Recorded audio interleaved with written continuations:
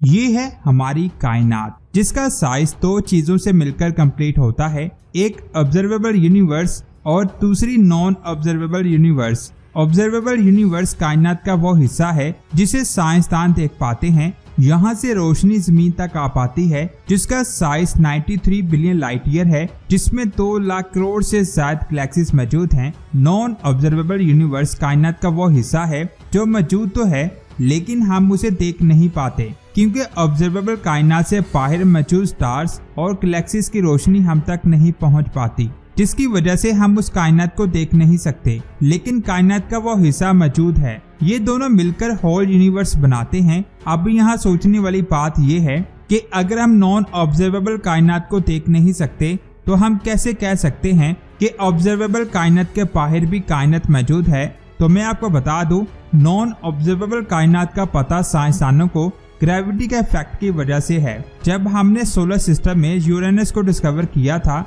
उस वक्त माना जाता था कि ये हमारे सोलर सिस्टम का आखिरी सितारा है, लेकिन बाद में साइंसदानों ने नोटिस किया कि इसके ऑर्बिट पर किसी चीज की ग्रेविटी का असर हो रहा है। आखिर वो चीज क्या थी, साइंसदानों को नजर नहीं आ रही थी, क्योंकि वो चीज हमसे बहुत दूर थी और इस वक्त हमारे पास इतने ज्यादा एडवांस टेलीस्कोप भी मौजूद नहीं थे कि हम उसे देख सकें। लेकिन उसकी ग्रेविटी के इफेक्ट की वजह से हम महसूस कर पा रहे थे कि वहाँ कोई चीज मौजूद है। फिर कई सालों तक स्टडी करने के बाद हमें पता चला कि वहाँ पर नेपच्यून सितारा मौजूद है, जिसकी ग्रेविटी का असर यूरेनस पर हो रहा है। सेम इसी तरह ऑब्जर्वेबल कायनात के बाहर बहुत बड़ी कायनात मौजूद है, जिसकी ग्रेविटी के असर को साइंसदान महसूस कर रहे हैं, लेकिन वो इस कायनात को देख नहीं पा रहे, जिसे नॉन ऑब्जर्वेबल कायनात कहते हैं। साइंसदानों के मुताबिक ऑब्जर्वेबल कायनात का साइज होल कायनात के मुकाबले में 0.00001% है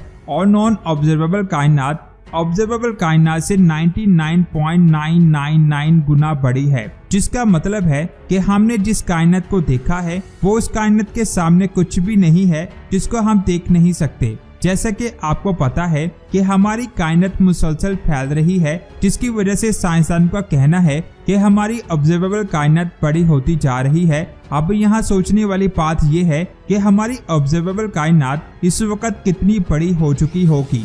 अगर हम अपनी स्क्रीन को ऑब्जर्वेबल कायनात के सेंटर में रखें तो हमारी कायनात दोनों तरफ से 46 अरब 50 करोड़ लाइट ईयर तक फैली हुई है। यानी हमारी ऑब्जर्वेबल कायनात का आखिरी किनारा 46 अरब लाइट ईयर दूर है। इस वक्त हमारी कायनात को बने हुए 13.8 अरब साल हो चुके हैं। तब इसका साइज बहुत छोटा था, लेकिन कायनात के फैलाव की वजह से आज हमारी कायनात बहुत ज्यादा बड़ी हो चुकी है। उस वक्त जो गैलेक्सी बनी थी, कायनात के फैलाव की वजह से आज वो हमसे 32 अरब लाइट ईयर दूर है। यानी उनकी रोशनी को हम तक पहुंचने में 32 अरब साल लग जाएंगे और आने वाले वक्त में ये टाइम और ज्यादा बढ़ जाएगा, क्योंकि हमारी कायनात डार्क मैटर की ग्रेविटी की वजह से फैल रही है।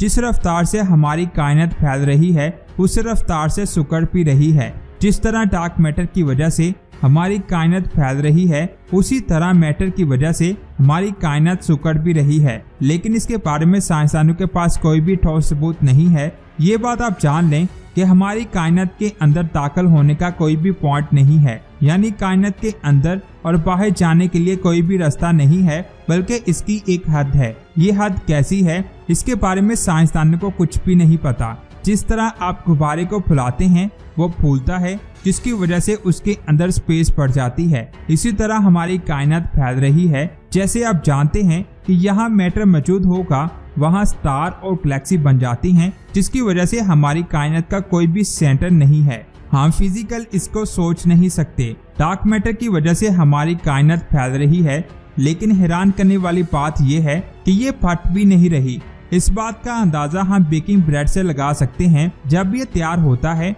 तो फटने से पहले ये फूल जाता है। फूलने की वजह से वो फटता नहीं है। हबल टेलीस्कोप ने एक गैलेक्सी ZN11 को ढूंढा। ये गैलेक्सी हमसे 13 अरब लाइट ईयर दूर है, यानी ये गैलेक्सी बिग बैंग बनने के 40 मिलियन साल बाद बनी थी। कायनात के फैलाव की वजह से इस वक्त ये गैलेक्सी हमसे 32 बिलियन लाइट ईयर दूर है और ये मुसलसल हमसे दूर होती जा रही है। ये बात आप जान लें कि यहाँ पर मैटर नहीं है जो हमसे दूर जा रहा है। बल्कि चीजों के दरमियान फासला ज्यादा हो रहा है। जब गुब्बारे में हवा नहीं होती तो उसका साइज बहुत छोटा होता है, लेकिन जैसे ही उसमें हवा बढ़ती जाए उसका साइज बड़ा होता जाता है। और अगर गुब्बारा ऐसा हो जिस पर चीजें बनी हो तो जैसे जैसे वो फूलता है चीजें दूर होती जाएंगी। इससे ये पता चलता है कि मैटर तो अपनी जगह पर है, लेकिन चीजों के दरमियान फासला ज्यादा होता जा रहा है। जेम्स स्पेस टेलीस्कोप से पहले GN11 गैलेक्सी हमसे सबसे दूर वाली गैलेक्सी थी,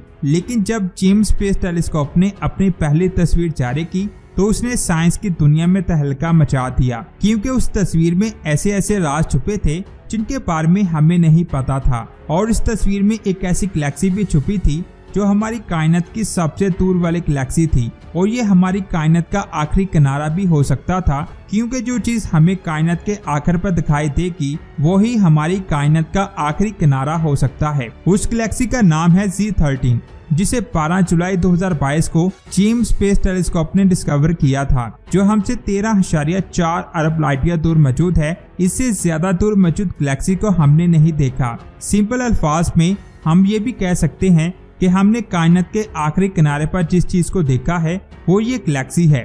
इससे आगे हमने आज तक किसी चीज को नहीं देखा। इस गैलेक्सी की दरियाफ्त ने तहलका मचा दिया। कायनात के फैलाव की वजह से ये हमसे बहुत ज्यादा दूर जा चुकी है, और एक स्टडी के मुताबिक ये हमसे 34 अरब लाइट ईयर से भी ज्यादा दूर हो सकती है, जिसके सही डिस्टेंस के बारे में हमें नहीं पता। अगर हम इस गैलेक्सी को अच्छी तरह से स्टडी कर लेते हैं तो हम हमारी कायनात की असल उम्र के बारे में जान पाएंगे, और ये भी जान पाएंगे कि हमारी कायनात कैसे बनी।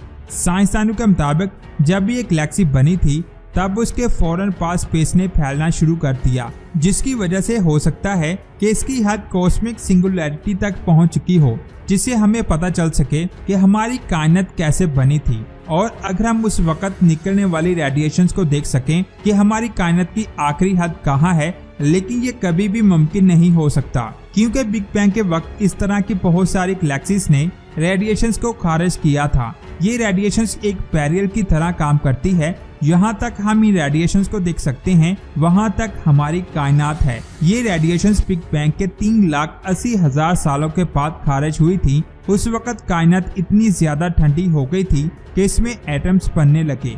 साइंसदानों के मुताबिक जब पहला स्टार बना था उस वक्त हमारी कायनात बहुत ज्यादा फैल चुकी थी, और ये वही जगह है यहाँ पर हमारी कायनात का आखिरी किनारा है, यानी इसको ऑब्जर्वेबल कायनात भी कहा जाता है। इन रेडिएशंस को लाइट की सूरत में देखा जा सकता है। यहाँ तक ये लाइट दिखाई देगी वो हमारी ऑब्जर्वेबल कायनात का आखिरी किनारा होगा, और जो चीजें इस किनारे से बाहर हैं उनको काफी तरीकों से जाना जा सकता है। वैसे आप इसके बारे में क्या कहते हैं, नीचे कमेंट्स करके जरूर बताएं। वीडियो अच्छी लगी तो लाइक करने के साथ साथ इसे आगे भी शेयर करें। मिलते हैं एक और अमेजिंग वीडियो में। अपना बहुत सारा ख्याल रखें। अल्लाह हाफिज।